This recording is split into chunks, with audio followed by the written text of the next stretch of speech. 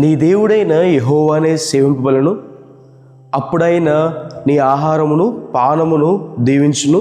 హల్లెలూయా. సేవించడం అన్న మాటకు అర్థం ఏంటంటే ఒకరి దగ్గర నమ్మకంగా పనిచేయడం, వారు చెప్పినట్టు నడవడం, అనుసరించడం. అయితే ఒక వ్యక్తి దేవుణ్ణి సేవిస్తాడు, లేదంటే డబ్బుని సేవిస్తాడు. అయితే ఒక వ్యక్తి దేవుణ్ణి సేవిస్తాడు, లేదంటే పాపాన్ని సేవిస్తాడు. అయితే ఒక వ్యక్తి దేవుణ్ణి సేవిస్తాడు, లేదంటే మనుషులు సేవిస్తాడు. ఇద్దరికీ ఒకే స్థానం ఎవరు కూడా ఇవ్వలేరు. దేవుణ్ణి ఎలా సేవించాలి? బైబిల్ సెలవిస్తుంది, భయభక్తులు కలిగి మనం దేవుని సేవించాలి, నిత్యము కూడా దేవుని సేవించాలని దేవుని వాక్యం సెలవిస్తుంది. కష్టాలు శ్రమలు వచ్చినప్పుడు మాత్రమే ప్రార్థన చేయడం, వాక్యం చదవడం మాత్రమే కాదు, అన్నీ ఉన్నప్పుడు కూడా దేవుని సేవించాలి.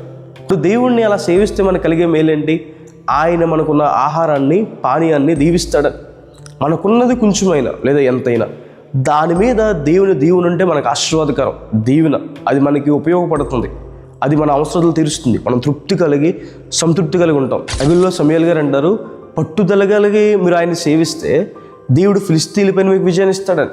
మీరు పట్టుదల కలిగి దేవుని సేవిస్తే దేవుడు మీకు ఆ సమస్యలపైన విజయాన్ని ఇస్తాడని, ఆయన మనల్ని స్వస్థపరుస్తారని, మంచి ఆరోగ్యాన్ని దేవుడు మనకి ఇస్తారు.